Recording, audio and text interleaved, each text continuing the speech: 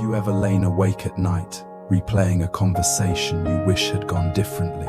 Maybe it was a sharp comment from someone you cared about, or a moment when anger rose faster than you could catch it, or a quiet disappointment you carried all day without knowing how to put it down. The room is dark, the world is silent, yet inside your chest a storm keeps moving. You tell yourself to let it go, but the mind keeps tightening around old memories and fragile fears.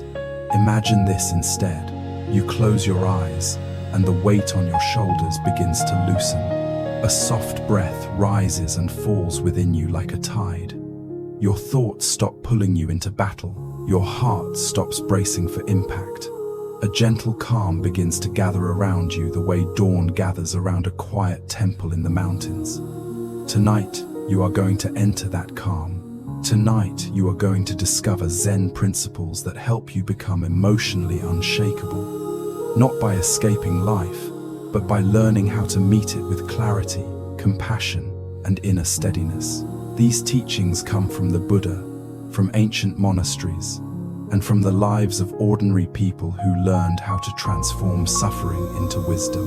If you find peace in what follows, you may wish to subscribe and stay close to this path. Your healing has already begun. The first teaching: becoming the observer of your own mind. There is a moment in every difficult day when your emotions rise faster than your wisdom can catch them. Someone sends a message with a tone that feels sharp. A colleague at work dismisses your idea without a second thought. A family member repeats an old pattern that tightens your chest. Before your mind has time to breathe, you feel the heat in your body, the rush in your thoughts, the familiar storm that pulls you into reaction. You know this moment well. It feels automatic, like a trap you see only after you have fallen into it. The Buddha understood this human struggle with extraordinary clarity. He saw that suffering begins not with the world itself, but with the mind's immediate, unquestioned reaction to it. He taught the first principle of inner freedom: become the observer rather than the reactor. This is the foundation of emotional resilience. When you observe your mind, you no longer drown in it. Instead, you begin to see the waves rise, understand their nature, and choose how to meet them. To understand this shift, imagine a room with two windows. One window looks out at a storm, rain hitting hard against glass, branches bending, a sky that feels heavy and fierce. The other window looks into a quiet courtyard where a single lantern glows softly. You do not stop the storm by staring at it, but you can choose which window you stand at. You can choose the view that steadies your breath. In the same way, you cannot stop emotions from arising. You cannot stop old memories from resurfacing or prevent external events from unfolding. But you can choose whether to observe these experiences with clarity or react to them blindly. This choice, subtle yet profound, transforms the entire inner world. Let me tell you about a woman named Sarah, because transformation is always easier to grasp through the life of someone who has walked the path before you. Sarah worked in a small marketing firm where deadlines were constant and pressure was woven into every hour. She was skilled, dedicated, and kind, yet deeply vulnerable to criticism. Any small remark could send her spiraling into doubt. One morning, she presented a proposal she had worked on for weeks. Her supervisor glanced at it briefly and said it lacked direction. That was all. No guidance, no appreciation, just a sharp conclusion. Sarah felt herself collapse on the inside. Shame rose like heat under her skin. Her mind erupted in familiar patterns. I am not good enough. I always fail. Why do I even try? The thoughts came fast, each one tightening her body further. She spent the rest of the morning rewriting the entire proposal through a fog of anxiety. Her shoulders ached. Her breath was shallow. By noon, she felt completely drained. That night, unable to sleep, Sarah searched for a meditation practice and stumbled upon a simple instruction attributed to the Buddha: observe the mind without becoming the mind. She did not fully understand what it meant, but something in her chest softened at the possibility of a different way to live. The next morning, her supervisor made another inattentive remark. She felt that familiar jolt inside her body, but this time, a small gap appeared. Instead of being pulled into panic, she remembered the instruction: observe the mind. Do not become the mind. She placed one hand gently over her belly without anyone noticing, and felt the breath move beneath her palm. Instead of following the thought, I am failing, she noticed that the thought had arisen. Instead of collapsing into the belief something is wrong with me, she observed that feeling as a pattern, one that had appeared many times before.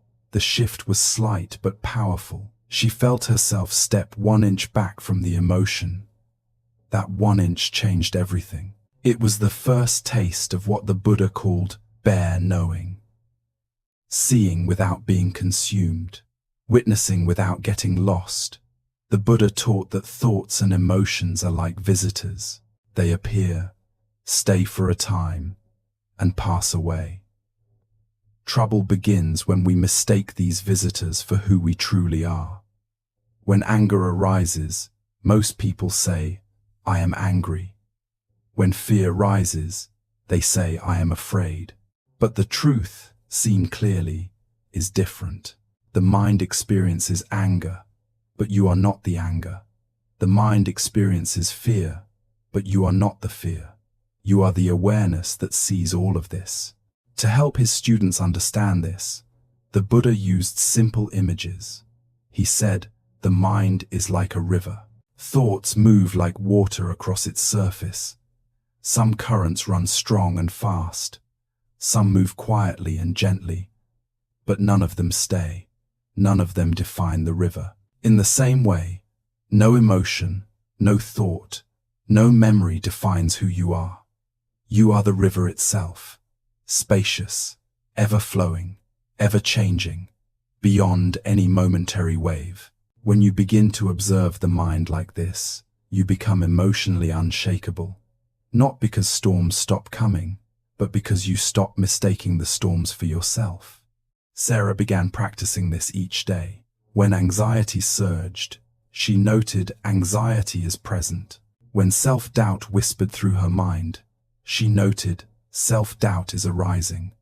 When frustration tightened her shoulders, she noted tension in the body. Instead of reacting, she observed. Instead of collapsing into patterns, she named them softly. One afternoon, her supervisor criticized her presentation again. But this time, Sarah felt something new. The words landed in the space around her, not inside her. She felt the sting, but she also saw the sting. She recognized the surge of heat in her cheeks. She noticed the tightening in her throat, but she did not drown in any of it. She breathed once, then again, then a third time. The waves came, but she stayed rooted. Her supervisor noticed nothing different, but Sarah knew. She had taken the first step toward freedom. This is what the Buddha meant by becoming the observer, not a distant or cold observer, but a warm and compassionate one. Imagine holding a frightened child. You do not become the fear that child feels. You see it, you soothe it, you breathe with it until the trembling eases. Treat your own mind the same way. To practice this yourself, try the following guidance. Sit comfortably or lie down if you are listening to this before sleep. Close your eyes or soften your gaze. Bring attention to the natural breath in your belly, not forcing anything, simply noticing the gentle rise and fall. This is the anchor. Now listen inside. Ask yourself, what emotion is present right now? If there is sadness, whisper internally, sadness is here. If there is anxiety, whisper, anxiety is here. If there is tension, whisper, tension is here. You are not labeling yourself. You are observing a visitor. You are naming what is happening, not who you are. When a thought arrives, do the same. Thought about work, thought about someone you love, thought about something unresolved, thought about something painful. You do not judge it. You do not chase it. You simply acknowledge its presence and let it pass like a cloud across open sky. If your body holds discomfort, place a hand on the area. Feel warmth move from your palm into the tightness. Say quietly to yourself, I see you. I am here. The moment you observe your discomfort with compassion, its power softens. This practice may feel simple, but it can transform your entire life. When you become the observer, you stop being pulled into every emotional current. You stop fighting battles that exist only in your thoughts. You stop losing peace over situations you cannot control. You begin to experience yourself as something wider than your reactions, as a steady presence that remains unbroken no matter what arises. There was a moment months into Sarah's practice when she realized the depth of her transformation. Her supervisor criticized an updated proposal during a meeting with several colleagues present. She felt a wave rise inside her, but it did not knock her over. She sat upright, calm, breathing steadily. She heard the words, but they did not shape her sense of worth. She responded clearly, offering improvements without defensiveness. After the meeting, a co-worker whispered to her that she seemed incredibly composed. Sarah smiled gently. She had learned to stand in the courtyard of her own mind, rather than at the window of storms. The Buddha taught that liberation begins with seeing clearly, seeing your mind, seeing your patterns, seeing your reactions, seeing the truth beneath the noise. When you observe your mind, you reclaim your power. You no longer become the anger. You witness it. You no longer become the fear. You understand it. You no longer become the chaos. You breathe through it. This is the first teaching. This is the foundation. Become the observer, and your inner world will begin to steady itself. With time, you will discover a calm so deep that no criticism, no chaos, no storm can uproot it. This is how emotional unshakability begins. The second teaching, softening the heart through loving awareness. There are moments in life when the heart feels heavier than the body can carry. A harsh word lands where you are most vulnerable. A disappointment closes in around your chest like a slow tightening rope. Someone you trusted abruptly pulls away, and the echo of their absence rings louder than their presence ever did.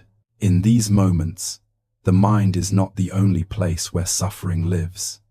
It is the heart that aches. It is the heart that contracts. It is the heart that whispers quiet stories about unworthiness, rejection, or abandonment.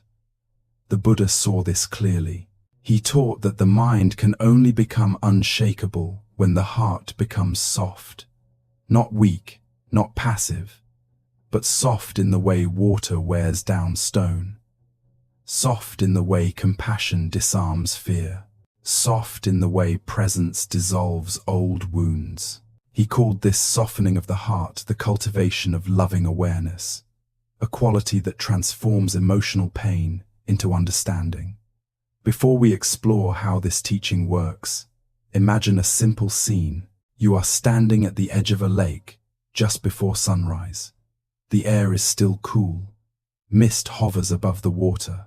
The lake is perfectly calm, except for a few soft ripples near the shore. You bend down and pick up a pebble.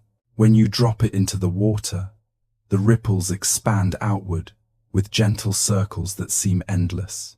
The surface does not resist. It receives. It allows. It transforms disturbance into movement without losing its essential stillness. The heart is meant to be like this. But when pain enters, most people harden. They tense. They close. They push back. They build invisible walls, hoping that resistance will protect them. Yet every spiritual tradition, and especially the Buddha's teaching, points to a different truth.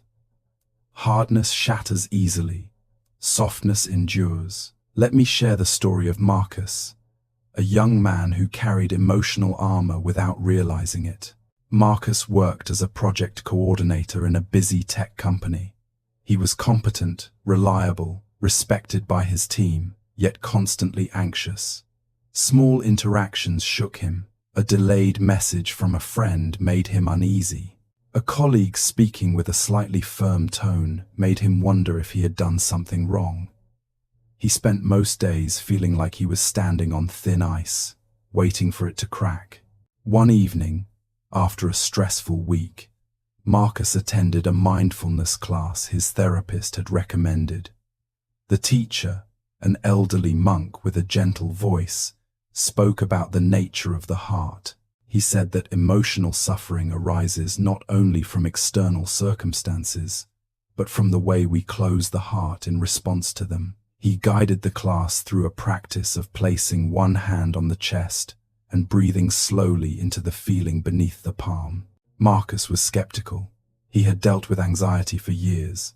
Breathing had never changed anything for him, but something about the monk's presence encouraged him to try. He placed his hand gently over his heart, inhaled slowly, and tried to notice what lived there.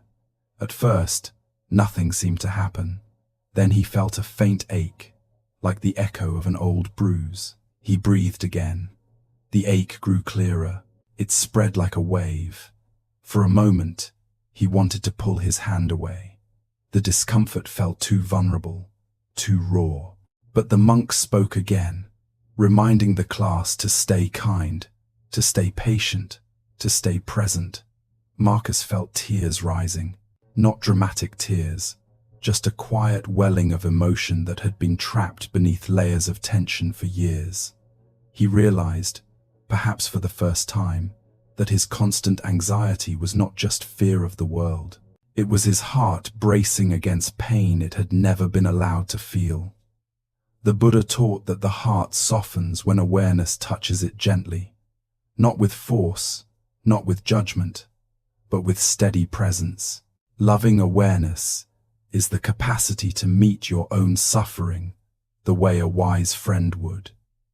With patience, with tenderness, with understanding. The monk explained that every difficult emotion is asking for one of three things: to be seen, to be understood, or to be released. And none of these can happen while the heart is tight. Softening is not indulgence. Softening is wisdom. Marcus continued practicing each night. Whenever anxiety arose, he placed his hand on his chest and breathed slowly into the sensation. At first it felt strange, then it felt natural, then it felt necessary. Within weeks, something remarkable happened. His reactions slowed. The same pressures that once threw him into panic now passed through him like wind through tall grass. The emotions still came, but they no longer dominated him. His heart had learned how to receive without collapsing. This is the power of loving awareness. The Buddha taught a meditation called metta, often translated as loving kindness. But at its core, metta is not about being kind to others first. It begins with yourself. It begins with learning to hold your own pain with a gentle and accepting heart. Try this practice now. Sit comfortably or lie down slowly. Place your right hand on your heart. Feel its warmth. Feel the subtle movement beneath your palm. Let your breath deepen slightly. Not forcing anything, simply allowing the body to settle. Bring to mind one emotion that has been living inside you recently. It might be frustration, sadness, disappointment, anxiety, or loneliness. You do not need to fix it. You simply need to meet it. As you inhale, say silently, "I see you." As you exhale, say silently, "I am here." This is the language of loving awareness, not advice, not analysis. presence. Notice how the emotion responds. At first it might resist. Some emotions have lived unacknowledged for so long that they do not know how to relax. But stay with it. Breathe gently. Allow the heart to soften around the discomfort instead of hardening against it. Imagine pouring warm water over frozen ground. The ice does not melt all at once. It softens at the edges first. Then warmth seeps in. Then the surface shifts and releases. The heart works the same way. The Buddha said the mind becomes luminous when the heart becomes open. Emotional resilience is not built by suppression, but by connection. When you soften toward your own inner experience, you stop fighting yourself. You stop creating secondary suffering. You stop adding fear to fear and judgment to pain. Loving awareness also transforms the way you meet other people's emotions. Once your heart softens toward your own experience, you begin seeing clearly that others are suffering too. Not in dramatic ways, often quietly, often invisibly. The harsh colleague is overwhelmed. The distant friend is lonely. The impatient family member is anxious. Understanding this does not excuse harmful behavior. It simply opens a wider space within you, a space where compassion can breathe. Marcus experienced this shift unexpectedly. One morning, a co-worker snapped at him during a meeting. Before learning this teaching, Marcus would have felt wounded, confused, or anxious. But now, when the sharp tone hit him, he felt his chest tighten for a moment. Then instinctively, he placed a hand briefly over his heart under the table and breathed, softening, seeing, being present. In that instant, he understood something new. The person speaking was drowning in their own stress. Their reaction had nothing to do with him. Instead of reacting back, Marcus responded with calm clarity. After the meeting, the co-worker approached him and apologized, admitting they were struggling with a personal issue. Marcus listened, felt genuine compassion, and offered kindness without losing himself. His softened heart had become a source of strength. Loving awareness does not remove difficulty from life. It changes the way you stand within it. To practice this teaching regularly, set aside a few quiet minutes at the start or end of each day. Sit comfortably, place your hand on your heart, breathe deeply, then repeat the following phrases slowly in your mind. May I be held in kindness. May I be patient with my own heart. May I meet this moment with understanding. May I soften into what is here. These phrases are not magical.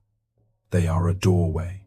Each repetition opens space inside you where tension once lived.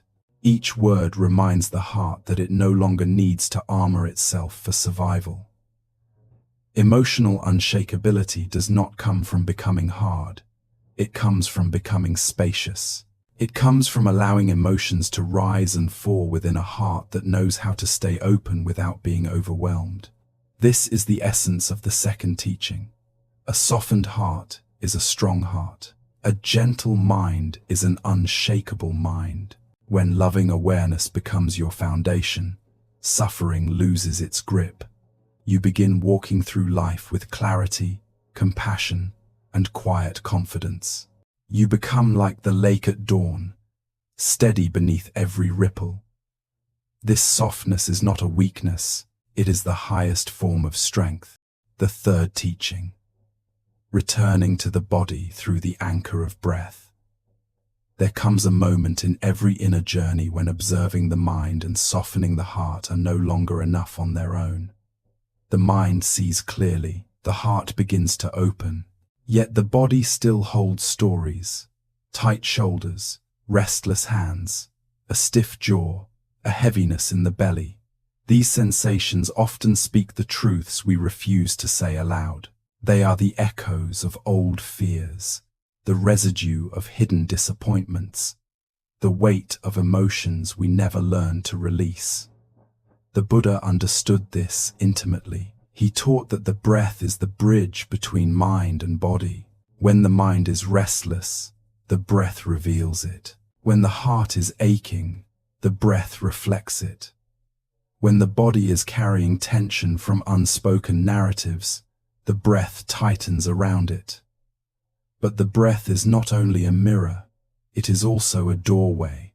Through it, we return home to ourselves. To understand this teaching deeply, imagine an old temple in the mountains just before evening. Lanterns glow softly along the stone pathway. Inside, monks sit in silence. The only sound the gentle rise and fall of their breathing. The atmosphere is serene, almost untouched.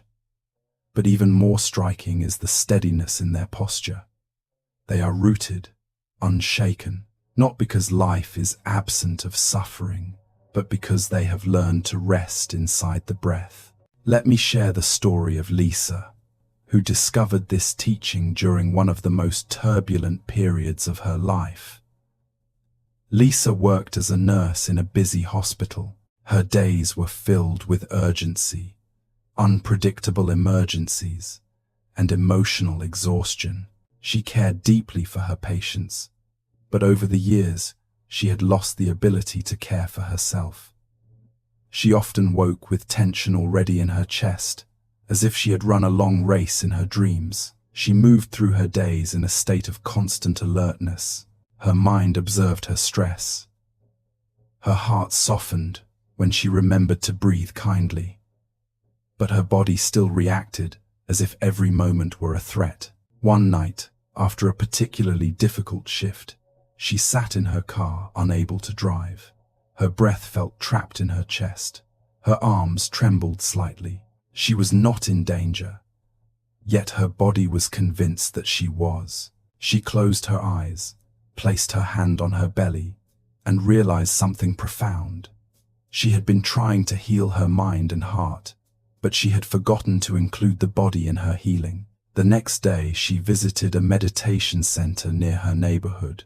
The teacher, a quiet man with gentle eyes, guided the group into a simple practice. He said the breath is not merely a physical function, it is the meeting point between everything we think, feel, and experience. When you breathe consciously, you give the body permission to soften. When the body softens, the emotions resting inside it begin to loosen. When the emotions loosen, the mind becomes clear. This is the cycle of healing. Lisa followed his instructions. Breathe in slowly through the nose, allowing the belly to rise. Breathe out gently, longer than the inhale. She did this again and again. At first, nothing changed, but then, after several minutes, she felt a subtle shift. Her shoulders lowered, her jaw unclenched, her heart felt less constricted. It was not dramatic, but it was unmistakable. The breath had touched something inside her that words never could. The Buddha taught that the breath is always honest. It reflects the truth of the moment. When the breath is tight, the body is holding something. When the breath is shallow, the mind is running too quickly. When the breath is heavy, the heart is carrying weight. But when the breath is steady, your entire being returns to balance. To practice this teaching, begin simply. Sit comfortably or lie down. Allow your spine to lengthen gently. Bring one hand to your belly and one hand to your heart. Feel the warmth of your own touch. This alone is an act of healing. Now inhale slowly. Feel the belly rise first. Then the chest follows. Hold the breath for a brief moment, not with force but with awareness. Then exhale gently, letting the breath leave the body like a soft tide, pulling back to the ocean. Repeat this several times. With each inhale, say silently, I receive. With each exhale, say silently, I release. Notice something important. You are not forcing the breath to be calm. You are allowing it. The breath knows how to soothe you. It has been guiding you since the moment you were born. Every newborn takes their first breath without instruction. Every moment of fear or grief is accompanied by a shift in breath. When you return to the breath, you return to the most ancient wisdom within you. Lisa practiced this daily. She breathed consciously before entering the hospital. She breathed consciously when fear surged inside her. She breathed consciously when exhaustion weighed on her shoulders. Over time, her body began to trust her again. It no longer reacted to every small stress as if it were a crisis. Her breath became a refuge. There was a morning when a patient collapsed unexpectedly. The room erupted into chaos. Nurses rushed. Doctors shouted instructions. Machines beeped urgently.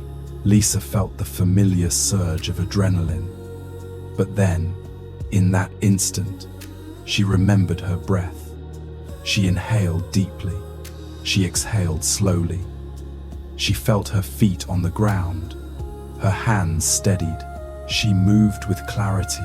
Her calmness created calmness around her. Even after the situation stabilized, she remembered that moment as one of the most powerful of her life.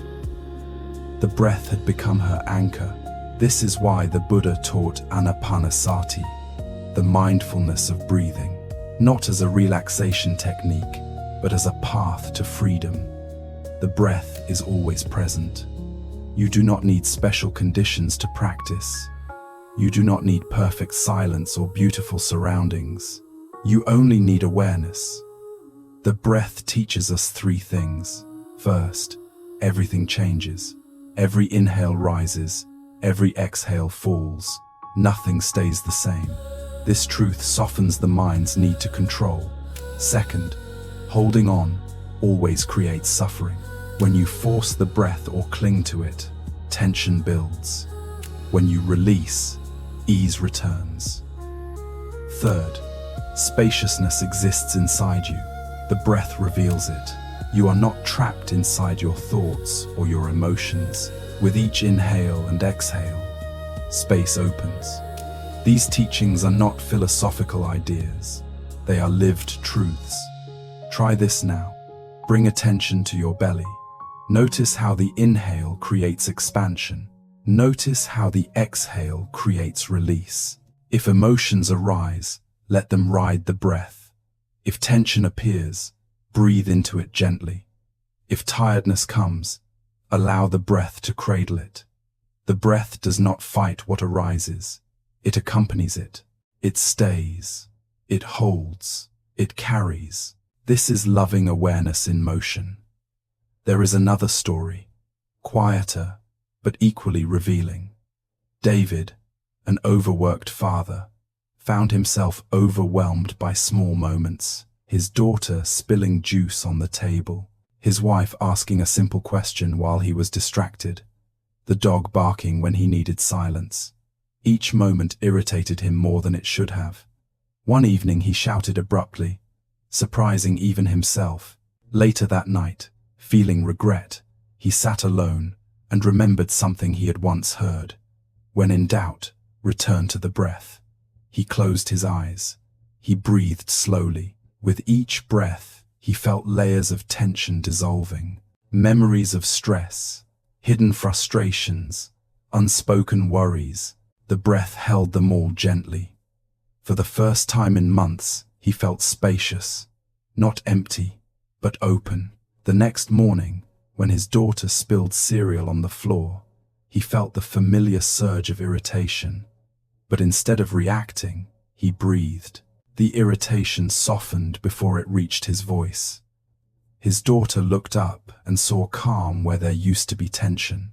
In that moment, the breath did not only heal him, it healed the space between them. This is the quiet power of an anchored life. The Buddha said the breath is the teacher that never leaves you. When the world becomes confusing, breathe. When the heart becomes heavy, breathe. When the mind becomes loud, breathe. When the body trembles, breathe.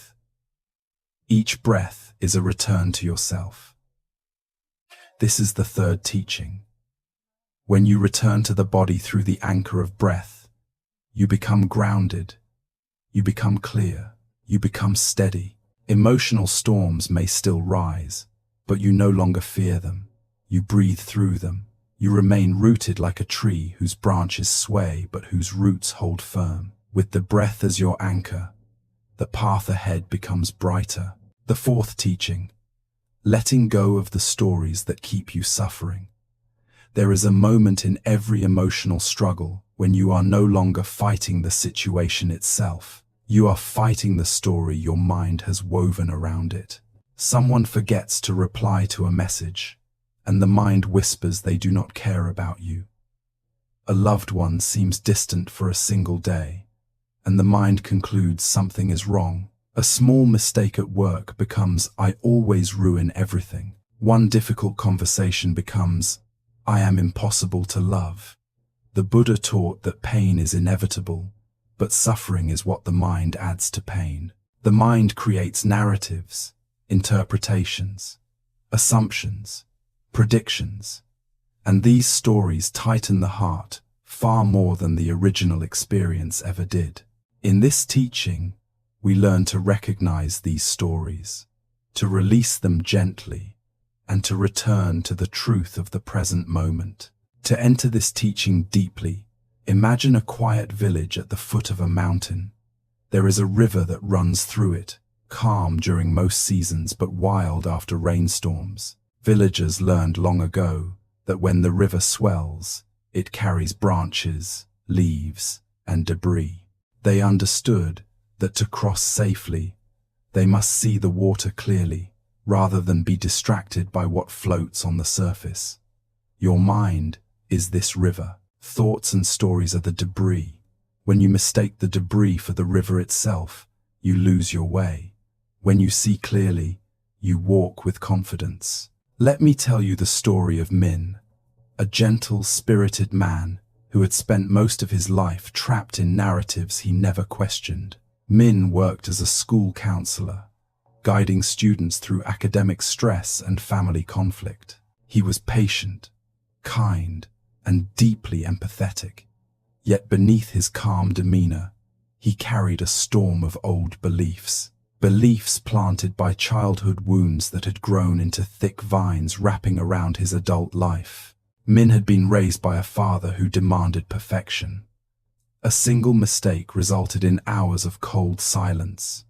Any sign of vulnerability was dismissed as weakness. Min learned at a young age to interpret neutral expressions as disapproval, minor mistakes as failure, and silence as rejection. These interpretations became stories. These stories became truths. And these truths became the lens through which he saw everything. One winter, Min attended a retreat led by an elderly Zen teacher. The retreat center was simple, with wooden floors polished by years of walking meditation, and a small garden filled with bamboo, swaying gently in the cold wind. During a morning session, the teacher spoke about stories. He said the mind is a storyteller that never stops. It creates explanations for everything, even when there is no evidence. It rushes to fill silence with meaning. It turns uncertainty into fear. It transforms assumptions into suffering. But these stories are not reality. They are shadows cast by old memories. Min felt something shift inside him. The teacher's words echoed through him like a quiet bell in a large hall.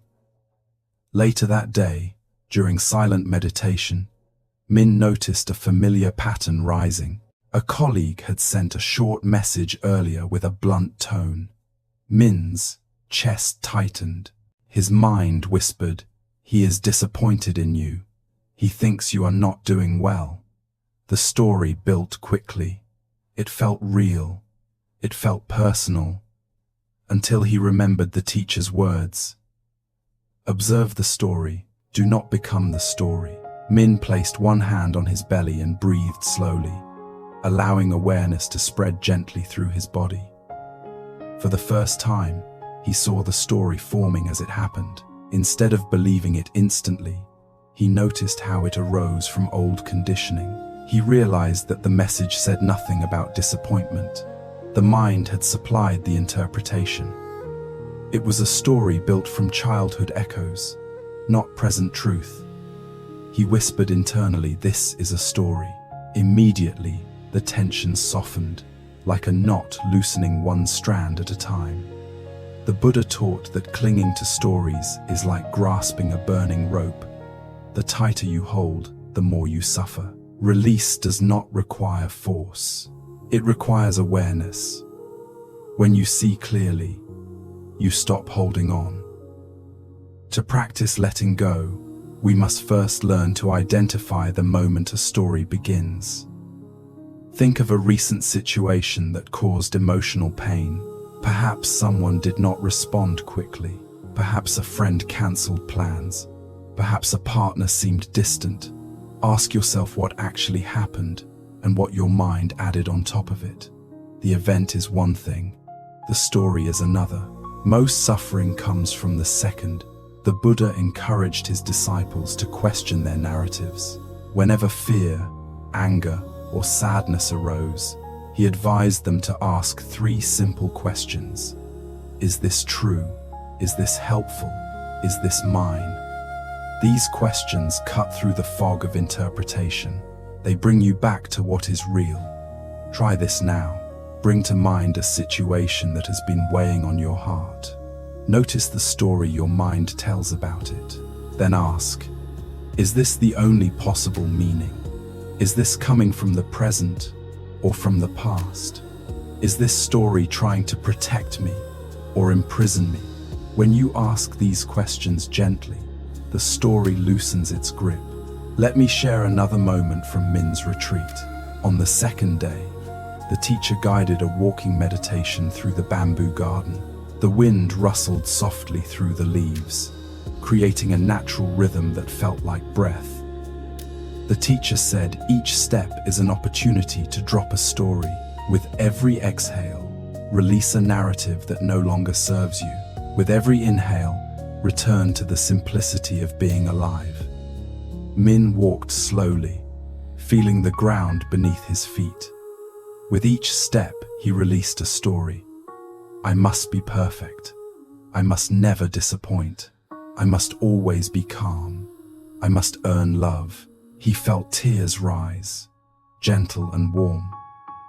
With each exhale, he let them fall. The Buddha taught that stories lose power when met with compassion. You do not force them away. You simply stop feeding them. You meet them with understanding, as if meeting a frightened child who has misunderstood the world. To let go of stories, practice this. Sit comfortably. Place one hand on your heart and one on your belly. Recall a story that has been causing suffering. Name it softly. Worry story. Not enough story. Abandonment story. Then whisper with kindness, this is not who I am. Feel the story soften, even slightly. Allow the breath to carry it out of the body. Lisa, the nurse from the earlier chapter, discovered this practice unexpectedly. One evening after a difficult shift, she noticed her mind spinning a familiar narrative. I am failing my patients. I should be stronger. I am not doing enough. The story tightened around her like a rope, but instead of believing it, she placed her hand on her heart and breathed. She whispered, this is a story that wants to protect me, but it is not the truth. Her body softened. The story dissolved. Letting go is not forgetting. It is choosing not to suffer twice. There is a deeper truth in this teaching. Stories are often created during moments of emotional overwhelm. The frightened child inside you writes these stories, not the wise adult. When you let go of a story, you are not abandoning yourself. You are rescuing yourself from a misunderstanding. Imagine the mind as a room filled with candles. Each candle represents attention. When you feed a story, you light another candle near it. The room glows with that story's color. The more attention you give it, the brighter it burns. But when you stop feeding it, the flame naturally fades. Darkness does not come. Space does. Space is the foundation of peace. Practicing letting go begins with noticing the earliest signs of story making. The tightness in the chest, the shortening of breath, the urge to interpret before understanding, the need to protect yourself even when no threat is present. These sensations are invitations to pause. When you pause, you reclaim choice. The Buddha said the mind is a powerful servant but a painful master. Stories arise from old fears, old wounds, and old habits. But you are not the stories. You are the awareness behind them, the one who can see them rise and fall. To deepen this practice, try a simple visualization. Imagine your stories as leaves floating on a stream. Watch them pass. Do not pick them up. Do not chase them. Do not fear them. Let the water carry them naturally. The stream does not cling to a leaf. It simply flows. Your awareness is this stream. Min returned from the retreat with a sense of spaciousness he had never known. He was no longer imprisoned by the old belief that every silence meant judgment, that every neutral tone meant disappointment, that every mistake meant failure. He learned to ask himself, what is true in this moment? He learned to breathe before interpreting. He learned to release the stories that had shaped him for too long. As he walked through the school hallways, he felt lighter. His interactions became clearer. His connections became more genuine. He no longer filtered life through the lens of old narratives. He lived in the present. This is the fourth teaching. When you let go of the stories that keep you suffering, you return to reality. Reality is kinder than your stories. Reality is quieter than your fears. Reality is spacious, gentle, and alive. Letting go is not a single act. It is a practice, a returning, a softening, a willingness to meet life as it is, without dragging the past into the present. And when you learn to do this, you become emotionally unshakable, not because nothing hurts, but because you no longer hurt yourself with the stories that follow. The fifth teaching, meeting anger with stillness and understanding. There is a moment, sharp and unmistakable, when anger rises inside you. It does not always erupt like fire. Sometimes it arrives quietly, like a heat spreading beneath the ribs, like a tightening in the jaw, like a pulse quickening before you even know why. Anger can come from a single word, a careless remark, a broken promise, a misunderstanding, a memory. Even exhaustion can ignite it. And once it rises, it fills the entire inner sky. The Buddha understood anger not as an enemy to be feared, but as a teacher, a messenger, a signal that something within you needs attention, protection, or understanding. He taught that anger blinds the mind when confronted directly, yet dissolves when met with stillness. Stillness is not the absence of emotion. Stillness is the capacity to hold emotion without becoming it. To enter this teaching, imagine a large bell in a mountain temple. When struck, it vibrates with deep resonance. But if you strike it again and again while it is still ringing, the sound becomes chaotic. When allowed to vibrate naturally, however, the tone softens until silence returns. Your anger works the same way. When you react immediately, you are striking the bell again. But when you pause, you allow the vibration to settle. Let me tell you the story of Aiden, a man who carried anger like a weight he never asked for. Aiden worked as a manager in a crowded restaurant. The stress was constant. Customers complained about small things. Orders were late. Employees argued. Equipment malfunctioned. Every day felt like a battle. Over time, Aiden became reactive. A sharp word set him off. A mistake irritated him. A request overwhelmed him. Yet beneath his frustration lived something deeper. a quiet grief he had never acknowledged. One evening, after a heated exchange with a co-worker, Aidan left the restaurant early and sat alone in the parking lot. His breath was fast. His hands were shaking. His chest felt like a drum pounding from the inside. He knew something had to change. He felt exhausted by his own reactions. The next morning he walked into a small meditation center near his home. The teacher, a calm woman with a clear and gentle presence, spoke about anger in a way that startled him. She said anger is never the first emotion. Anger is the armor that forms around a more vulnerable feeling. Hurt, fear, shame, exhaustion, loneliness. Anger protects what you have not yet learned to hold with tenderness. Aidan felt seen in a way he had not felt in years. During the session, she guided the group through a practice called touching the root. She instructed them to bring awareness to the moment anger arises. Not to suppress it, not to justify it, simply to witness it, then to look beneath it. What emotion sits quietly under the anger? What is the tender truth that anger is trying to shield? Aidan tried the practice that night. A co-worker had criticized him earlier, and the anger still lived in his chest. He sat on his bed, closed his eyes, and breathed slowly. He brought the moment back into awareness.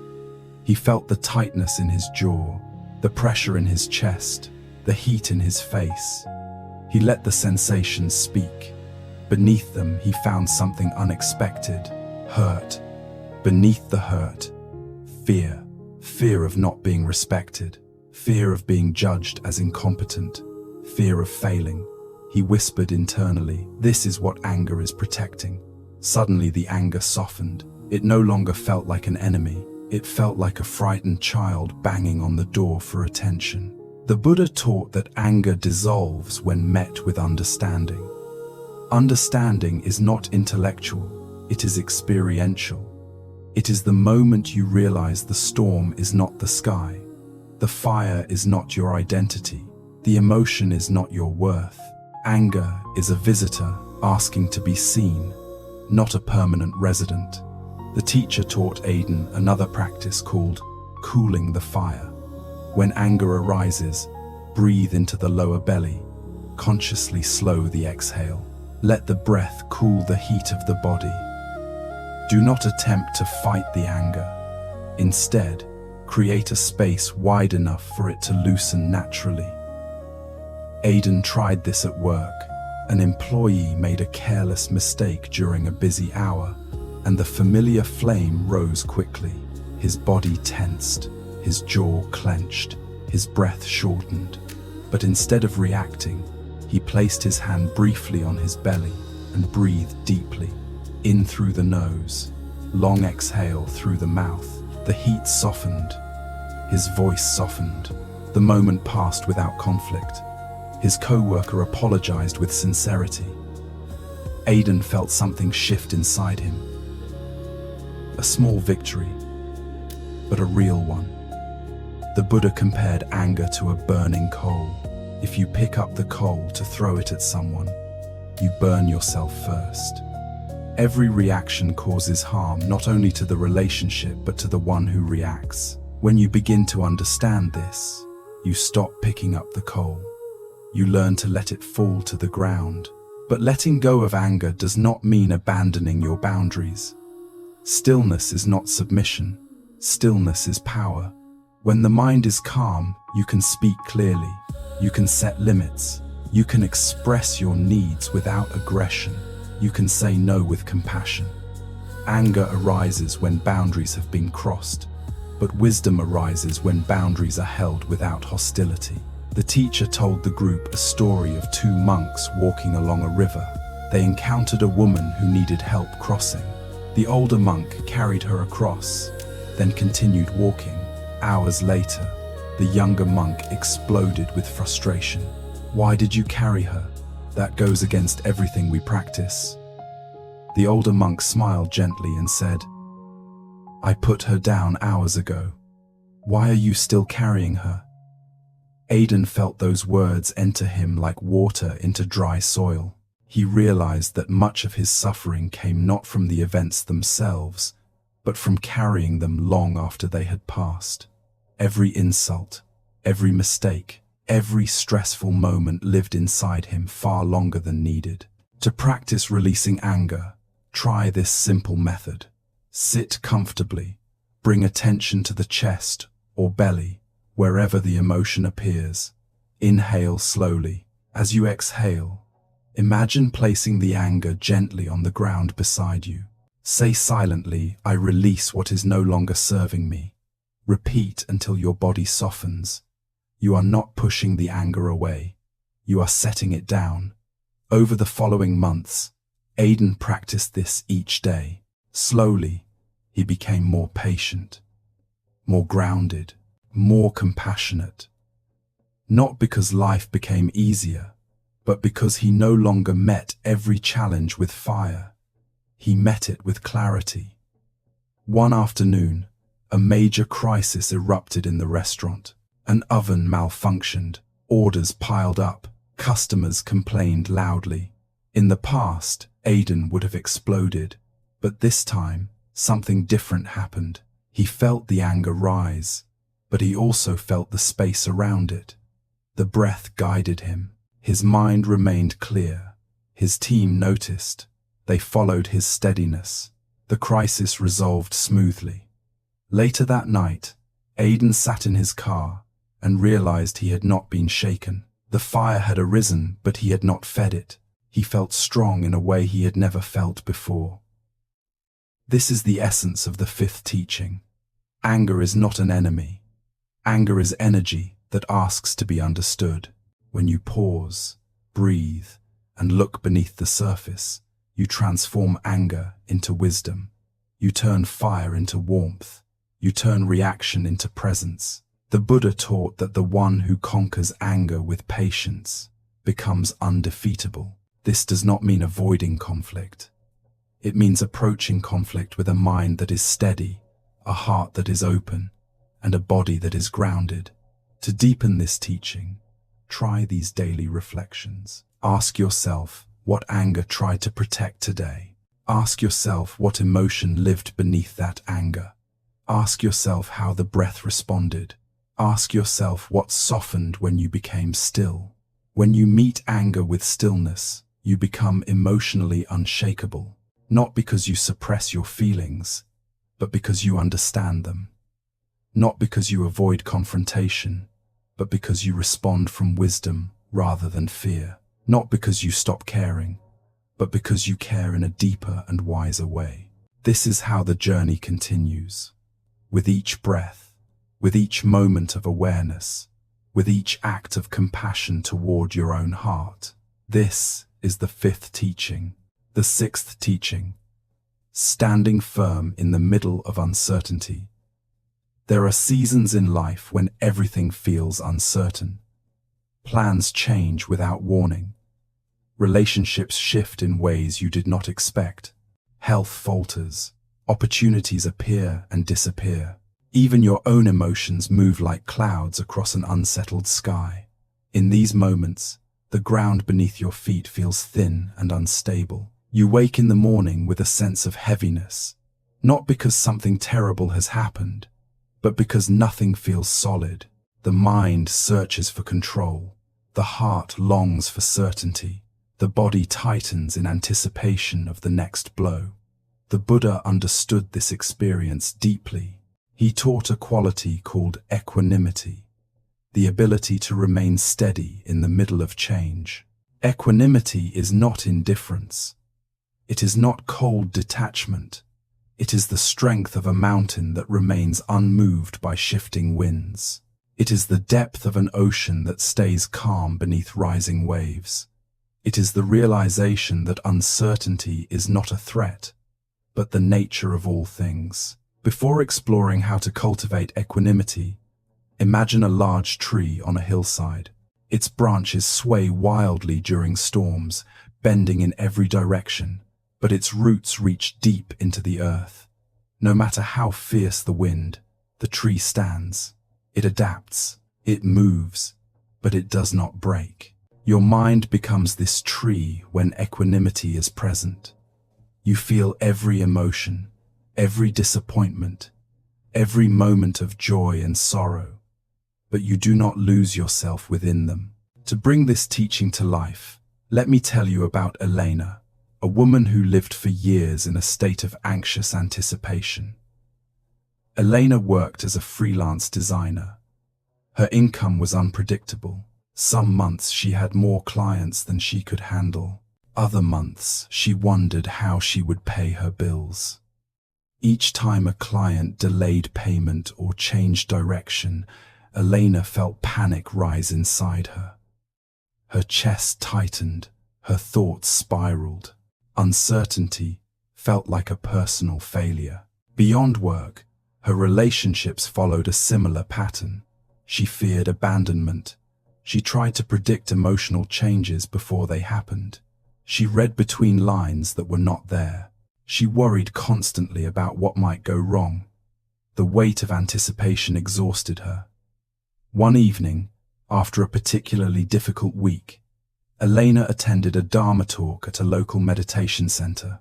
The teacher, a woman with a calm presence and eyes that reflected years of inner practice, spoke about impermanence. She said everything in life is always changing, not because something is wrong, but because change is the nature of all existence. When we resist this truth, we suffer. When we accept it, we find peace. Then she spoke about equanimity. She said equanimity does not mean staying calm because life becomes easier. It means learning to stay calm because you become wiser. She explained that equanimity grows not from suppression, but from understanding, not from control, but from surrender. Elena felt those words in her body. They struck a tender place inside her where fear had lived for too long. After the talk, she approached the teacher and asked how to handle constant uncertainty. The teacher smiled gently and said the first step is to stop demanding that life guarantee your comfort. Life will change. People will change. Work will change. Your body will change. Equanimity comes from learning to stand in the middle of change without collapsing. Over the following weeks, Elena began practicing a method the teacher called anchoring presence. Each morning she sat quietly for 10 minutes, placed one hand on her heart, and observed her breath. When anxious thoughts arose, she labeled them softly. Future worry, not enough story, fear of change. She did not resist the thoughts. She watched them pass like clouds. Slowly, something inside her began to soften. The storms still came, but she no longer chased every wind. The Buddha taught that equanimity emerges from 4 insights. First, everything changes. Second, everything belongs to the nature of change. Third, clinging creates suffering. Fourth, letting go opens peace. These insights are not philosophies, they are practices. They are lived through breath, through daily life, through moments of fear and courage. Elena learned this one afternoon when a major project suddenly fell through. In the past, she would have spiraled into panic. But this time, she paused. She placed one hand on her belly and breathed deeply. She felt fear rise, but she also felt the space around it. She did not collapse into worst-case scenarios. She observed the uncertainty. She let the feeling be there without resisting it. She whispered internally, "I can meet this moment." The fear loosened. The mind steadied. She found herself thinking clearly again. This is the quiet strength of equanimity. To cultivate this strength, practice returning to the present moment each time the mind reaches into the future or clings to the past. Sit with your breath. Notice how each inhale rises naturally and each exhale falls naturally. You cannot control the breath, you can only meet it. This becomes a mirror for meeting life itself. Try this practice now. Sit comfortably, Close your eyes or soften your gaze. Feel the breath at the tip of your nose. Feel it move through your body. Notice the rise. Notice the fall. When a thought about the future arises, bow to it gently and return to the breath. When a memory arises, bow to it gently and return to the breath. You are not rejecting thoughts. You are choosing your center. Equanimity also requires understanding that emotions are waves, not permanent truths. Fear rises, fear falls. Excitement rises, excitement falls. Sadness rises, sadness falls. No wave stays forever. Equanimity is the wisdom that says this too will change. Elena experienced this one evening when she felt a sudden wave of loneliness. Instead of interpreting it or fighting it, she sat with it. She placed her hand on her heart and breathed. She noticed the heaviness in her chest. She noticed the warmth behind her eyes. She let the emotion rise. She let it fall. Minutes later, it softened. The loneliness passed not because she solved it, but because she allowed it to move naturally. Equanimity is the spaciousness that allows emotions to come and go without identifying with them. But how does equanimity help in real life when pressure grows and fear accelerates? One morning, Elena received 3 stressful messages from clients in less than an hour. Her body tensed, her heart raced, her mind jumped to conclusions. But instead of reacting, she paused, she breathed. She remembered the teaching. She asked herself, what is happening right now, and what is my mind adding? She separated the event from the story. She responded to each message calmly. Her clarity created more order than her panic ever could. Later that day, she realized something profound. The uncertainty had not changed. She had changed. She had become the tree on the hillside. The winds blew, but she stood. The Buddha taught that equanimity is the highest form of compassion. When your mind is steady, you cause less harm. You speak gently. You listen deeply. You understand others without projecting your fears onto them. From equanimity, love becomes spacious rather than anxious. Boundaries become clear rather than defensive. Choices become wise rather than impulsive. To deepen equanimity, try a daily grounding ritual. At the end of each day, place both hands over your belly and ask yourself 3 questions. What did I cling to today? What changed today that I resisted? What can I release before sleep? Then breathe slowly and imagine setting down the weight you carried. Equanimity does not come from avoiding pain. It comes from trusting that you can meet whatever arises. It comes from realizing that you do not need certainty to be at peace. You need presence. You need breath. You need gentle awareness. The more Elena practiced, the stronger she became. Not hardened, but strong, in a deep and quiet way. When projects failed, she adapted. When emotions surged, she breathed. When relationships changed, she listened to her heart with tenderness. She began to live with ease, not because life became predictable, but because she became rooted. This is the 6th teaching. Equanimity is the art of standing firm in the middle of uncertainty.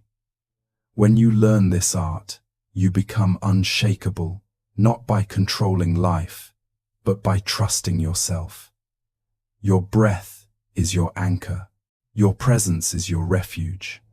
Your understanding is your strength. This is how the journey continues. The 7th teaching, healing the inner wounds that shape your reactions. There are moments in life when your reaction feels bigger than the situation itself. Someone speaks with a slightly firm tone, and your whole body tightens. A friend forgets to include you in a message, and a quiet ache rises quickly. A small mistake at work creates a wave of shame far heavier than the mistake deserves. In these moments, you are not reacting to the present. You are reacting to something much older, something deeper, something inside you still waiting to be seen. The Buddha understood that every person carries wounds within them. Wounds formed in childhood, wounds inherited from parents who carried their own pain, wounds shaped by heartbreak, neglect, fear, rejection, or moments when the world felt unsafe.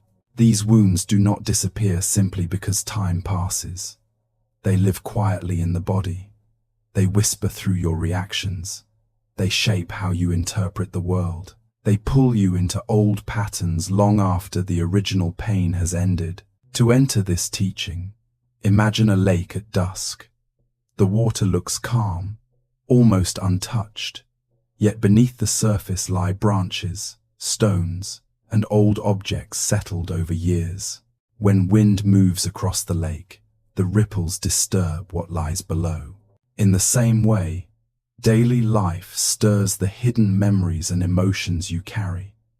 When someone touches one of these hidden places, the reaction can feel overwhelming. This is why healing is not about fixing your mind.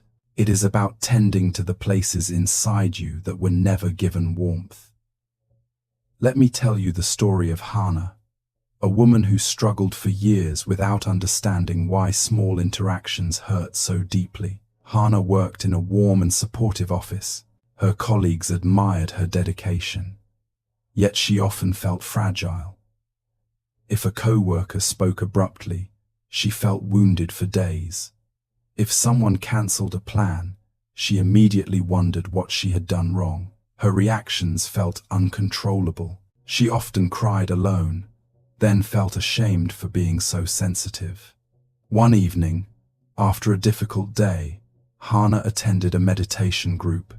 The teacher began by speaking about painful inner seeds. He said every unhealed experience becomes a seed resting in the heart. When a similar situation arises, that seed blossoms into emotion, not to punish you, but to reveal what still needs care. These words struck something deep inside Hana. She felt as if someone had finally explained what she had never been able to articulate. During the meditation, the teacher invited everyone to place a hand on their heart. He said healing begins when you learn to stay with your pain rather than abandon yourself in the moment of hurt. He guided the group to breathe into the chest and imagine a gentle light surrounding the most tender parts inside. Hana felt something shift. A sadness rose like a wave. She did not push it away. She stayed. She breathed. She listened. She realized she had spent years avoiding her own heart. The Buddha taught that suffering is like a thorn lodged in the body. If you ignore it, the wound becomes infected. If you fight it, you deepen the pain.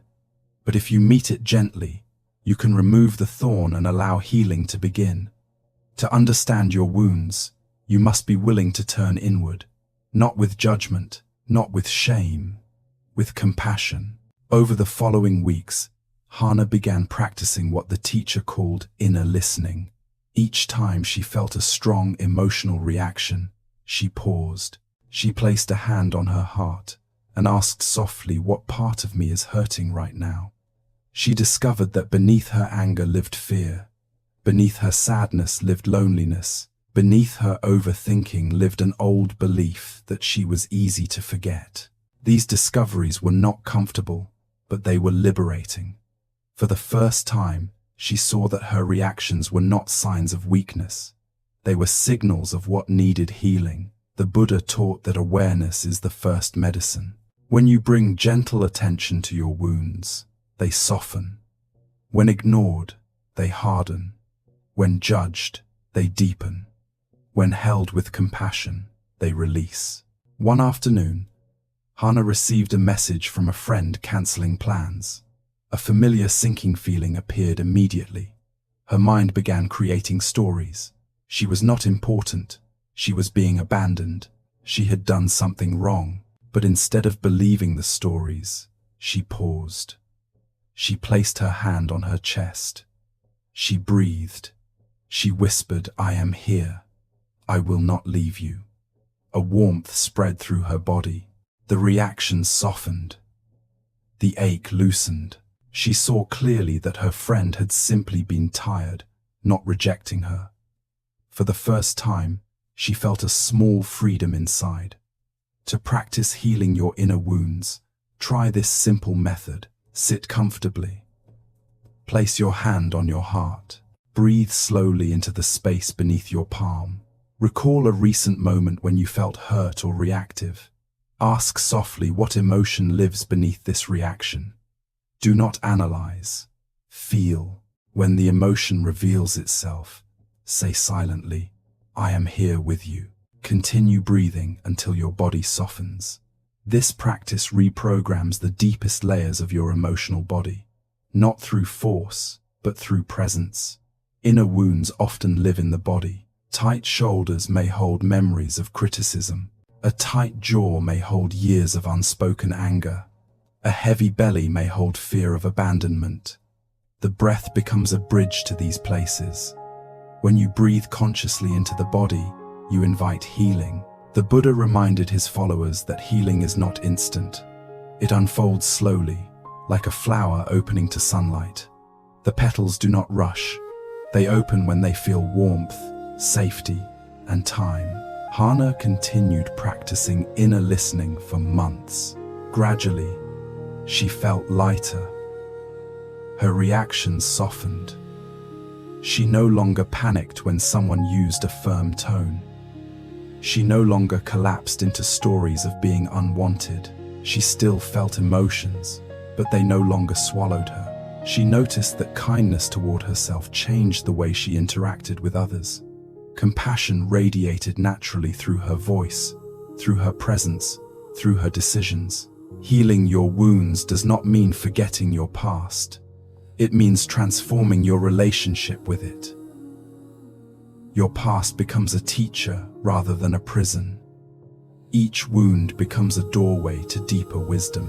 The Buddha said that a person who heals their heart becomes a refuge for others. Their presence calms even without words. Their steadiness offers warmth. Their compassion touches suffering without being overwhelmed by it. This is the seventh teaching. To become emotionally unshakable, you must tend to the child inside you who still feels pain. You must learn to hold your wounds with tenderness. You must stop abandoning yourself when you hurt. Healing does not erase your sensitivity. It strengthens it. It clarifies it. It transforms it from fragility into wisdom. With each breath, with each moment of presence, with each act of inner listening, you reclaim pieces of yourself that were lost. Your reactions soften, your heart opens, your mind steadies, and slowly, gently, you become whole. The eighth teaching, cultivating compassion toward yourself in moments of struggle. There is a moment, often quiet and unnoticed, when the person who judges you most harshly is not someone outside, but the voice within. It whispers after a mistake. It tightens after a moment of vulnerability. It criticizes when you feel tired, doubtful, or overwhelmed. This voice pretends to guide you, but it carries the weight of old wounds and inherited expectations. And when life becomes difficult, this inner voice becomes even louder, turning struggle into shame and imperfection into self-blame. The Buddha understood that no healing is complete without compassion. Not compassion directed outward, but compassion directed inward. He taught that you cannot walk firmly on the earth if your heart is at war with itself. True resilience begins when you learn to be gentle with your own suffering. To enter this teaching, imagine a small child standing alone in a storm. Rain falls heavily. Thunder rumbles. The child shivers. Not because they are weak, but because the storm is overwhelming. Now imagine that you walk toward the child, place a warm blanket around their shoulders, and hold them until the storm passes. This image is the essence of self-compassion. You become the one who protects the most vulnerable parts inside you. Let me tell you the story of Rowan, a man who carried a harsh inner critic for most of his adult life. Rowan worked as an architect. His designs were admired. His clients respected him. Yet no matter how successful he appeared, he lived in constant fear of not being good enough. A single flaw in his work triggered hours of self-punishment. A small misunderstanding with his partner became an internal storm of guilt. When he felt tired, he called himself lazy. When he felt anxious, he called himself weak. Compassion toward himself felt impossible. One night, after a long day filled with pressure, Rowan attended a workshop on mindful living. The teacher, a man with a peaceful demeanor and slow, deliberate movements, spoke about the heart. He said the mind can be trained, the breath can be steadied, the emotions can be softened, but the heart needs warmth to heal. He added that the harsh voice inside you is not truth. It is a shadow of old fear, and the way to dissolve it is through compassion. Rowan felt something stir inside him, as if a door long sealed had opened slightly. The teacher guided the group into a meditation. He instructed them to place a hand on the center of the chest and breathe slowly. He said that whenever you suffer, instead of pushing yourself harder, ask gently, what do you need right now? Not what you should do, not what you must achieve, but what you need. This question returns you to your humanity. During the practice, Rowan felt a warmth beneath his palm. Tears rose unexpectedly. He realized that he had never asked himself what he needed. His entire life had been shaped by self-demand, not self-understanding. The Buddha taught that compassion arises when you recognize your shared humanity. You suffer because you feel deeply. You struggle because you are alive. You make mistakes because you are learning. When you turn compassion inward, you stop treating your pain as a failure and begin treating it as a call for care. Over the next weeks, Rowan began practicing a method the teacher called gentle presence. Each time he felt overwhelmed, he paused. He placed a hand on his heart. He inhaled deeply. He whispered silently, "I am doing the best I can in this moment." These words were not an excuse. They were a truth. They softened his body. They settled his breath. They soothed the ache inside his chest. One morning, after receiving unexpected criticism on a project, Rowan felt the familiar rise of self-blame. His chest tightened. His mind flooded with harsh words. But before the storm grew, he paused. He breathed. He touched his heart. He repeated, "I am doing the best I can." Slowly, the tension softened. The self-blame dissolved enough for him to respond wisely rather than react. The Buddha reminded his followers that compassion is not a luxury. It is a necessity. Without compassion, the heart becomes rigid. Without compassion, suffering grows roots. With compassion, wounds soften. With compassion, mistakes become teachers. With compassion, fear loses its sharpness. To cultivate self-compassion, practice these steps. First, notice when you are suffering. Many people ignore their pain until it becomes overwhelming. Second, acknowledge the feeling without judgment.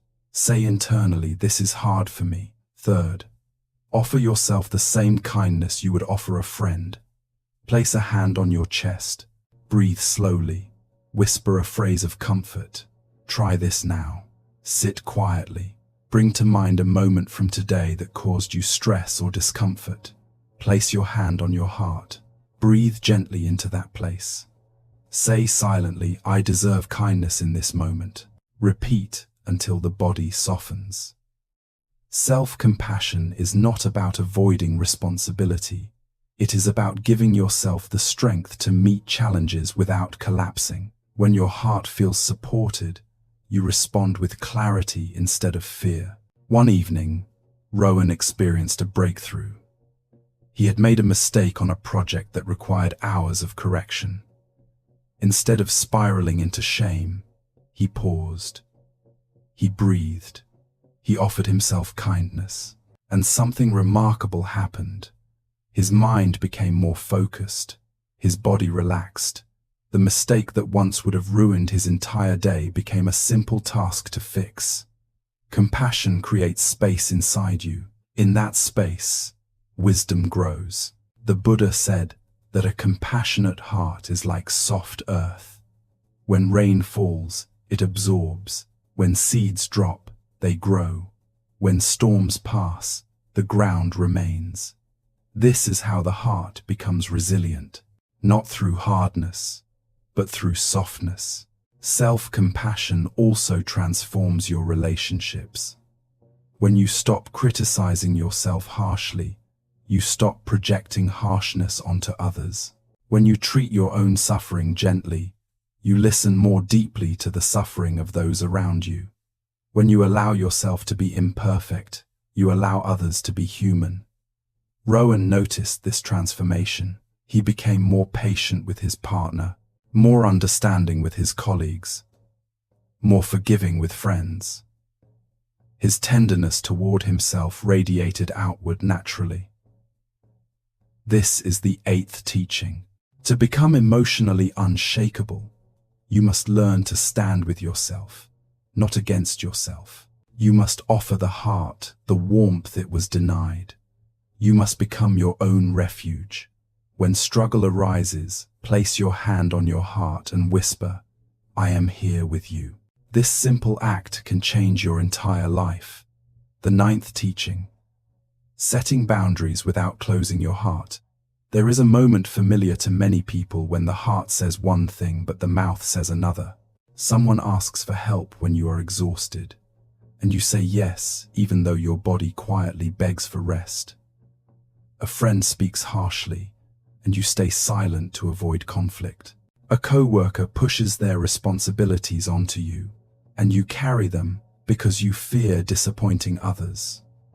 Each time you abandon yourself in this way, a small ache forms inside, not because the other person harmed you, but because you stepped away from your own truth. The Buddha understood this conflict deeply. He taught that compassion does not mean allowing harm. Kindness does not mean self-sacrifice. A loving heart is not a heart without boundaries. In fact, boundaries create the conditions for true compassion to flourish. Without them, resentment grows silently, and connection becomes strained. Boundaries are the expression of self-respect, not rejection. To enter this teaching, imagine a garden surrounded by a low wooden fence. The fence does not keep people out. It simply shows where the garden begins, where the flowers grow, and how they can be treated with care. Without a fence, the garden becomes trampled, overgrown, or neglected. With a fence, the garden blossoms. Your inner world is this garden. Boundaries protect it. Let me tell you the story of Mai, a gentle and generous woman who struggled with saying no her entire life. Mai worked as a customer support agent. She was known for her warmth and patience. People trusted her. But beneath her kindness lived a fear of disappointing others. She believed that to be loved, she had to be agreeable. To be accepted, she had to be endlessly available. As a result, she carried the emotional weight of many people around her. Her friends relied on her for constant support. Her co-workers delegated tasks to her whenever they felt overwhelmed. Her family asked for help without considering her energy, and Mai rarely protested. But each unspoken no became a quiet wound. Over time, she felt drained, unseen, and stretched thin. One evening, Mai attended a mindfulness class. The teacher spoke about compassionate boundaries. He said that a heart without boundaries becomes like a river with no banks. It spills everywhere, losing its strength. But when the river has clear banks, the water flows with purpose and nourishment. Mai felt the truth of these words resonate within her. During a guided meditation, the teacher instructed everyone to place a hand on the belly and breathe deeply. He said to imagine a circle of light around the body. This circle represented their personal space, their energy, their limits. He asked them to notice when they stepped outside this circle for others, and when others stepped inside it without permission. Mai realized immediately how often she lived far outside her own circle. The Buddha taught that boundaries arise from wisdom, not fear. They reflect an understanding that protecting your well-being is essential for your ability to love others. Without boundaries, compassion becomes martyrdom. With boundaries, compassion becomes sustainable. Over the next weeks, Mai practiced identifying moments when she felt drained or tense. These were signs that a boundary had been crossed. Instead of ignoring the feeling, she paused. She placed a hand on her heart and asked, "What do I truly need in this moment?" Sometimes the answer was rest. Sometimes the answer was space. Sometimes the answer was honesty. The first time she said no intentionally was during a family gathering. Her sister asked her to run an errand, even though Mai had already spent the day helping with preparations. The old pattern rose inside her, the instinct to say yes, the fear of disappointing. But then she breathed. She touched her heart. She felt the truth. She said, "I cannot do that right now." Her voice was gentle but steady. Her sister looked surprised but accepted it. Nothing terrible happened. The world did not collapse. For the first time, Mai felt a sense of strength she had never known. The Buddha encouraged his followers to speak truth with clarity and kindness. This is called right speech. Boundaries are a form of right speech. They express truth without aggression. They protect without harming. Boundaries also reveal something important. People who love you will honor your limits. People who benefit from your self-abandonment may resist at first, not because you are wrong, but because they are accustomed to your silence. Equanimity helps you stay steady during this transition. To practice setting healthy boundaries, begin with awareness. Notice when your body contracts during a request. Notice when your breath becomes shallow. Notice when resentment quietly arises. These sensations are messages from the heart. They signal that you are stepping away from yourself. Try this exercise. Sit comfortably. Place one hand on your chest and one on your belly. Recall a situation in which you said yes, but wanted to say no. Breathe slowly into the discomfort. Ask your heart what truth you abandoned. Then whisper silently, "Next time I will stay with myself." This is not a promise of perfection. It is a commitment to growth. Mai continued practicing boundaries with increasing confidence. She learned to say, "I need time to think," before agreeing to something. She learned to say, "I cannot take on more at the moment." She learned to say, "That does not feel right to me." And she said these words with kindness, not defensiveness. As she practiced, her relationships changed. Some people were grateful for her clarity. Some were surprised. A few resisted. But Mai's inner world grew stronger. Her energy became steadier. Her compassion became deeper because it no longer came from depletion. The Buddha taught that true love arises from a balanced heart. A heart that honors itself can honor others. A heart that protects itself can offer genuine warmth. A heart with boundaries remains open without being overwhelmed. This is the 9th teaching. Setting boundaries does not close your heart. It keeps your heart alive. It allows love to flow in a healthy direction. It protects your inner garden so it can bloom. When you learn to say yes with authenticity and no with kindness, you become emotionally unshakable. Not because you avoid life, but because you meet life from your center. The 10th teaching. Embracing impermanence as the foundation of inner freedom. There is a moment you realize something precious has changed. A friend you trusted, grows distant. A season of joy comes to an end. A familiar routine you relied on dissolves. Even your own reflection in the mirror shifts with time. Change arrives gently or abruptly, but it never asks permission. And for many people, the heart tightens at the slightest sign of impermanence. Not because change is wrong, but because stability feels safe. The Buddha taught that impermanence is not a threat. It is the very engine of life. Without impermanence, nothing could grow. No wound could heal. No sorrow could fade. No seed could blossom. No night could give way to dawn. Impermanence is the pulse beneath everything. When you resist it, you suffer. When you embrace it, you find peace. To enter this teaching, imagine standing beside a river at sunrise. The water passing before you is never the same from one breath to the next. Light shifts, ripples form and disappear, leaves float and drift away, yet the river remains. This is your life. Things pass, people pass, moments pass, but something deeper within you stays present. Let me tell you the story of Daniel, a man who feared change so intensely that he spent years trying to control every detail of his life. Daniel worked in a small IT company. His routines were sacred to him. He woke at the same hour every morning, ate the same breakfast, followed the same route to work, spoke to the same 3 colleagues during lunch. Predictability was his refuge. But beneath this structure lived a quiet fear. He felt fragile whenever anything shifted. One winter, the company announced a major restructuring. His team would be moved. His responsibilities would change. Daniel felt as if the ground had been pulled out from under him. He panicked.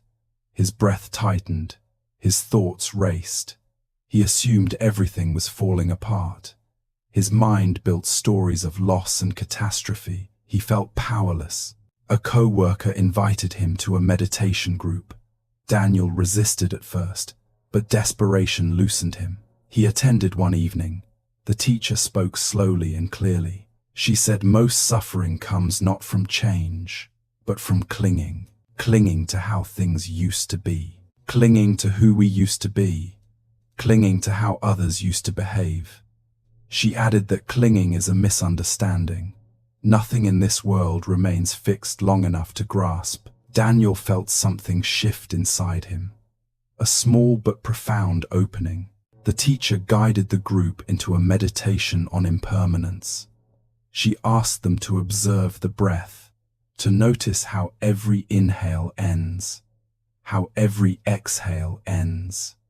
Nothing stays, everything moves. And yet, the one who notices the movement remains. That witnessing presence is your true stability. Daniel practiced this reluctantly at first, but as days passed, he noticed something remarkable. When he paid attention to the breath, his anxiety softened. When he reminded himself that change is natural, his mind steadied. He realized that his suffering came not from the restructuring at work, but from resisting the truth he had always known but never accepted. The Buddha compared life to a string of pearls. Each moment is a pearl, beautiful, complete, precious. But the necklace exists only because each pearl passes and another appears. Impermanence creates continuity. To practice embracing impermanence, begin with what is closest to you, your breath. Notice its rise and fall. Notice that you cannot hold any breath. You must release it to live. This releasing is the essence of freedom. Try this exercise. Sit quietly. Breathe slowly. With each inhale, whisper internally arriving. With each exhale, whisper leaving. Do this for several minutes. You will begin to feel the natural rhythm of impermanence inside your body. A truth so simple, yet so transformative. Daniel deepened his practice during a difficult personal moment. His long-term relationship had begun to falter. He felt the fear of loss rising like a tide inside his chest. His old self would have clung tightly, but now he paused. He breathed. He remembered the teaching. Everything changes. Love changes. People change.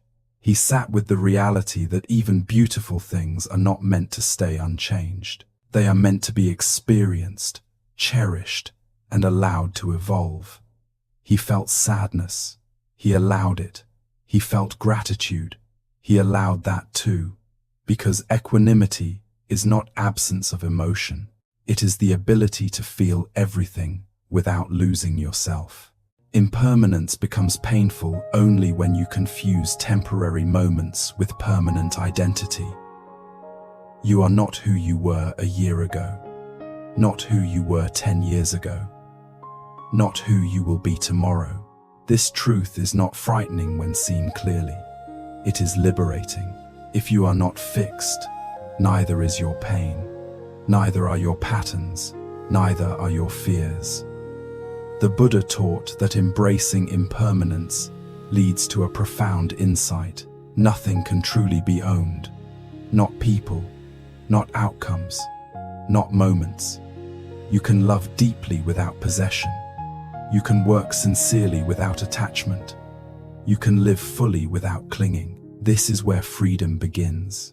To integrate this teaching into daily life, use a simple reflection. At the end of each day, ask yourself what changed today. Notice even the smallest shifts. A cloud formation, a conversation, a feeling, a thought you no longer believe, a tension that softened. This reflection trains the mind to see impermanence everywhere, not as a threat, but as a companion. One afternoon, Daniel observed impermanence in a way that surprised him. He was walking home when a gust of wind blew pink petals from the trees.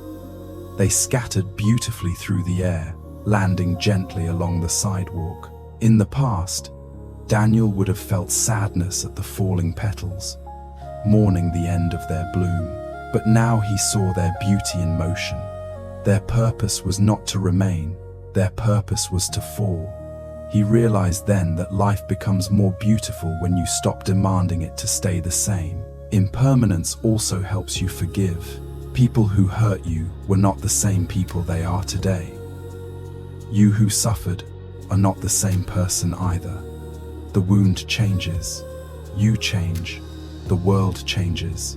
Forgiveness becomes possible when you no longer cling to a fixed story of harm. To deepen your understanding, try this practice. Hold an object in your hand, something simple, a leaf, a small stone, a cup of tea. Notice how everything about it is the result of countless changes. The leaf once grew from a seed. The stone was shaped by centuries of shifting earth. The tea came from rain, soil, sun, and human hands. Nothing exists independently.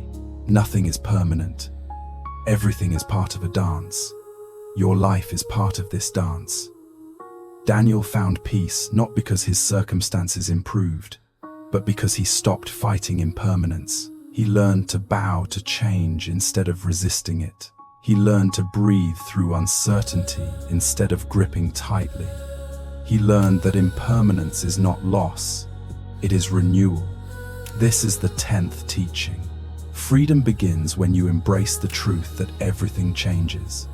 Nothing stays the same long enough to own. Nothing stays the same long enough to fear. When you stop resisting impermanence, you discover a calm deeper than stability, a calm that lives beneath every wave of change, a calm that cannot be taken away. The 11th teaching.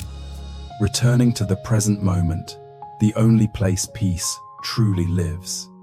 There is a moment when the mind drifts so far from the present that your body is here, but your life feels elsewhere. You may be walking, yet thinking about a conversation from yesterday. You may be eating, yet worrying about tomorrow. You may be resting, yet wrestling with imagined outcomes. In these moments, the present becomes a blurred backdrop. The past pulls at you, the future presses on you, and peace becomes distant, like a sound heard through layers of walls. The Buddha understood this human habit deeply.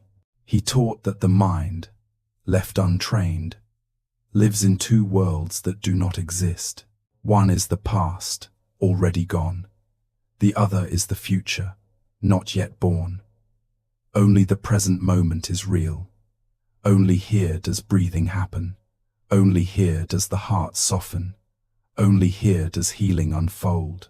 The present is not simply a point in time. It is a refuge, a home, a sanctuary. To enter this teaching, imagine a lantern carried through a dark forest. As long as you hold the lantern close, you can see the path beneath your feet. But if you stretch the lantern forward into the darkness, or hold it back toward the path already walked, you lose sight of where you are. The present moment is the lantern. The path is lit only when you stay here. Let me tell you the story of Liem, a man whose mind lived everywhere except the present. Liem worked as a project supervisor, constantly juggling deadlines and expectations. Even in quiet moments, his mind replayed old mistakes or rehearsed possible problems. He woke each morning already tense. His breath was shallow, his shoulders tight. He felt as though he was always catching up to a life that moved too quickly. When he sat with friends, he worried about work. When he worked, he regretted not spending more time with the people he loved. Every moment felt incomplete because he was never truly in it. One afternoon, after weeks of exhaustion, Liem visited a meditation center his friend had recommended. The teacher, an elderly monk with a serene presence, invited the group to listen to the sound of their own breathing. Liem resisted at first. His mind raced. He felt restless. But the monk said gently that the mind is like a wild horse. It does not become calm through force, only through patient presence. Liem closed his eyes again. He inhaled. He exhaled. He noticed, for the first time in years, the simple movement of breath flowing in and flowing out. He felt his body sitting on the cushion. He felt the ground supporting him. He felt a subtle softness begin to spread through his chest. It was not dramatic, but it was real. For a brief moment, the weight of past and future loosened. The Buddha taught that the present moment is not something you must create. It is something you must return to. The mind leaves, you return. The mind leaves again, you return again. This returning is the practice. Over the next month, Liem practiced what the monk called mindful intervals. Each time he walked from one place to another, he brought attention to his feet, touching the ground. Each time he sat, he brought attention to the breath. Each time he felt overwhelmed, he paused and asked gently, "Where is my mind right now?" He noticed that most of the time, his mind was not with him. It was wandering far from the moment he was living. One day, during a stressful meeting at work, Liem felt his thoughts spiraling. Old fears rose. Imagined scenarios crowded his mind. His pulse quickened. But then something shifted. He took a slow breath. He felt the air entering his lungs. He felt his feet against the floor. He felt the sensation of his hands resting on the table. Instantly, the storm inside him softened. The meeting continued, but he returned. He was here, and being here changed everything. To practice returning to the present moment, begin with the body. The body does not live in the past or future. It lives here. Feel your breath. Feel your weight supported by the chair or floor. Feel the air on your skin. These sensations anchor you. Try this now. Sit comfortably. Inhale slowly. Notice the rise of your chest. Exhale gently. Notice the softening in your belly. Say silently here. With the next breath, say silently now. Here, now, here, now. As you repeat this, watch how the mind quiets. The Buddha compared the present moment to a clear lake. When the surface is still, you can see the reflection of the moon. But when the surface is disturbed by worry or regret, the reflection becomes distorted. Peace is always available, but it requires stillness to be seen. Returning to the present also transforms your emotional life. When a difficult feeling arises, the mind often amplifies it by pulling in stories from the past or fears of the future. But when you stay with the raw sensation of the feeling in this moment, it becomes manageable. Anger becomes heat in the body. Sadness becomes heaviness in the chest. Anxiety becomes tension in the belly. Sensations you can breathe with. Sensations you can meet with kindness. One evening, Liam felt overwhelmed by loneliness. His mind jumped quickly to memories of past relationships and imagined futures filled with isolation. But then he practiced what the monk had taught him. He sat. He breathed. He brought attention to the sensation of loneliness in his chest. He whispered softly, "This is loneliness. I am here with it." The emotion did not vanish, but it softened. It no longer consumed him. He realized that the present moment was gentle compared to the stories he created around it. This is the power of presence.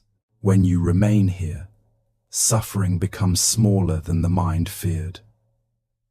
Returning to the present also deepens your relationships. When you listen fully, without rehearsing what to say next, people feel understood. When you look at someone without distraction, they feel seen. When you are with someone wholeheartedly, your presence becomes a gift. One afternoon, Liam visited his parents. In the past, he would have been physically present but mentally elsewhere. This time, he placed his phone away, breathed gently, and listened with full attention. His mother smiled as she spoke. His father's eyes softened. Liam realized he had missed the quiet beauty in these ordinary moments. Presence revealed what rushing had concealed. The Buddha said that the present moment is enough, not because it is perfect, but because it is alive. When you return to it, you awaken. To integrate this teaching into daily life, try a simple ritual. Each morning, before you check your phone or begin your tasks, place your hand on your heart. Take 3 slow breaths. Whisper, "I choose to be here." This small act shapes the entire day.